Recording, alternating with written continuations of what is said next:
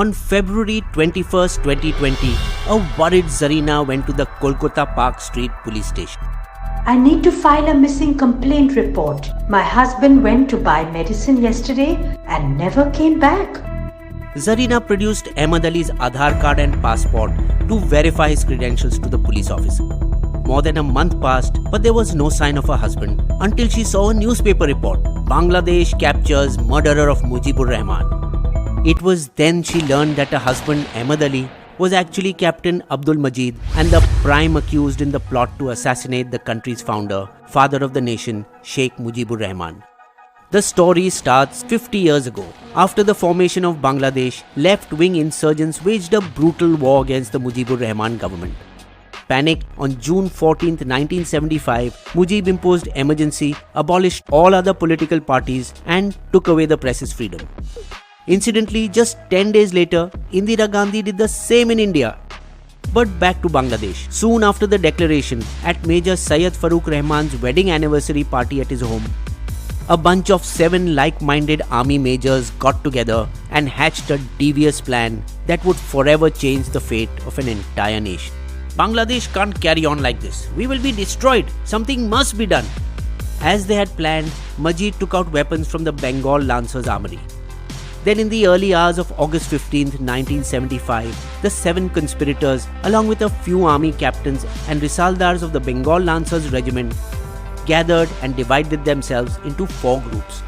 One group went to Sheikh Mujib's house, another went to one of his nephew's houses, a third to his brother-in-law's house, and the 4th and the largest group fanned out to restrain troops loyal to Sheikh Mujib. Sheikh Mujib's residence, morning 5:30 am. Sheikh Kamal, Mujib's eldest son, was killed at the reception area of his house. Next came Chief of Military Intelligence, Colonel Jamiluddin Ahmed, who was telephoned by Mujib. Some of your men have barged into my house. Control the situation. Jamil immediately rushed to Mujib's residence. Are you out of your brains? Stop this, now! Jamiluddin was shot at the gate by the men guarding the outside entrance. Inside the house, they killed Mujib's wife, Sheikh Fazilatun Nisa Mujib, his younger brother, Sheikh Nasir, and his younger son, Sheikh Jamal. Mujib's youngest son, Sheikh Russell, around 10 years old, and his 2 daughter-in-laws were also shot dead. Sheikh Mujib still refused to surrender or withdraw his orders for the emergency and ended up being shot. The assassins did not even spare Mujib's guards and servants who were hidden inside the toilets. From his entire family, only 2 daughters of Mujib, Sheikh Hasina and Sheikh Rehana, who were abroad studying in West Germany at that time, survived. The second unit went to Sheikh Mujib's nephew, Fazlul Haq Mani's house and killed him and his pregnant wife, Arzu Mani. The third group, which included Majid, went to his brother-in-law, Abdur Rob Sarinabad's house, killing him and several members of his family. Majid didn't stop there. Immediately after the killings, he took over Dhaka radio station, getting control over communications of the country. The 4th and largest group was sent to repel the expected counterattack by Mujib loyalists. But after a brief fight and a loss of 11 men, security forces loyal to the president surrendered. A few weeks later, in early November, Majid went to Dhaka Central Jail with his group of army officers to complete the job, killing the 4 national leaders who were arrested soon after the assassination and still remain loyal to President Mujib. It is believed that Deputy Army Chief Ziaur Rahman had at least an inkling of the events to follow. On the day of the assassination, when Zia was informed about the news, he was supposedly shaving and did not show any surprise about the development. Sir, President Mujib has been assassinated. So what? Vice President is there to take charge. After the assassination, Ziaur Rahman briefly became the new army chief before being ousted and put under house arrest by other army officers. Successive presidents condoned the killing of Mujibur Rahman. President Khondakar Mushtaq Ahmed declared martial law and promulgated the infamous Indemnity Ordinance. Killers of Mujib are the brightest sons of the armed forces and will be protected from prosecution. In 1979, Ziaur Rahman, now in a turn of events, was reinstated as President of Bangladesh, but he too protected the assassin. The Indemnity Act continues to be valid, rewarding Captain Abdul Majid with foreign postings in Libya and Senegal. After Captain Majid quit the army in 1980, he was appointed to the rank of Deputy Secretary at the Bangladesh Inland Water Transport Corporation and also served as the Director of the Department of Youth Development and Department of National Savings. He often publicly boasted, "It was me. If I was not there, the plan could never have been executed." But things began to look shaky for him when Mujib's daughter Sheikh Hasina, who had taken refuge in India, returned to Bangladesh on May 17, 1981 in a bid to attain power. 13 days after Sheikh Hasina's homecoming, President Ziaur Rahman was assassinated as dramatically as Mujib was. Following Ziaur Rahman's death, his vice president Abdul Sattar swiftly called for elections and became president of Bangladesh. However, he failed to end the squabbling within the civilian leadership or gain the military's trust.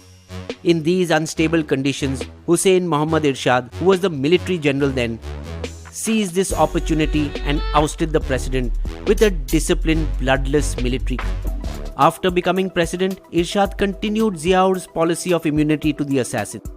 In 1990, the warring family of the two assassinated presidents, Mujibur's daughter Sheikh Hasina and Ziaur's wife Begum Khalida Zia, left aside their personal differences and joined hands for the first time, mounting street protests and hartals against Irshad, after which he was forced to step down, arrested and put into jail on corruption charges. The resultant 1991 general elections in Bangladesh, the first to be considered free of military influence, brought to power Ziaur Rahman's wife Khalida Zia's Bangladesh Nationalist Party, who held on once again in the 1996 elections when Sheikh Hasina's party, the Bangladesh Awami League, fell 5 seats short of majority. But the former military dictator of Bangladesh, Irshad, contested elections from his prison cell and won enough seats to enable Sheikh Hasina to become Prime Minister of Bangladesh. The first thing Sheikh Hasina did was, you guessed it, The immunity given to the killers of the country's founder, Sheikh Mujibur Rahman, is hereby revoked. A trial court was constituted.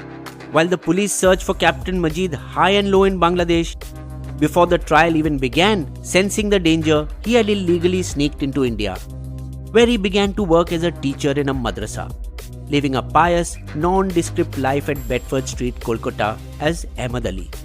Neighbors of a poor widow Zarina brought his proposal to her. "Marry Ahmad, you have a responsibility towards your child. He can support you." She had no idea that the pious man she married was actually a ruthless killer. By this time, the lower court of Bangladesh had already given the death sentence to 15 of the 20 army personnel allegedly involved in the assassination, including in absentia to Captain Majid, who was among the 6 absconding. The Bangladesh Supreme Court in November 2009 ratified the decision and ordered the hanging of 12 of the convicted 15. 2 months later, 5 of Sheikh Mujib's assassins were hanged. Colonel Rashid Pasha died a natural death while on the run, and the balance 6 were still absconding. But Bangladesh was determined to find the missing 6. "We will bring all absconding fugitives from abroad and execute them." According to Bangladesh's official version, Majid was arrested by a team of counter-terrorism and transnational crime unit when he went to visit a shrine near Mir. Though it is believed he went back to meet his family that he had left when he escaped to India. But CCTV footage shows that Majid was identified and followed as he crossed the border, probably in Maiman Singh on March 15, and possibly kidnapped and smuggled into Bangladesh, brought to justice and hanged on April 12, 2020. After this covert operation, it is likely that the Indian High Commission took offense and warned Bangladesh, "You cannot do such things on Indian territory. If you have information on others, we will arrest them as per protocol." Soon, Indian authorities arrested Risaldar Muslimuddin and handed him over to Bangladesh on April 21, 2020. However, Bangladesh has not confirmed the handover, and then amidst the coronavirus outbreak, the news got buried. The location of one more of the absconding has been identified. Noor Chaudhary is hiding in Canada, and the officials of the 2 countries will find out a way for his extradition, while the others are believed to be in hiding in the US, Libya and Pakistan. The hunt has been going on for 45 years and will continue till the other 5 are either apprehended or die a natural death. Bizbo's Limerick. Abdul Majid changed his name to Ahmad Ali and lived in Kolkata relatively free.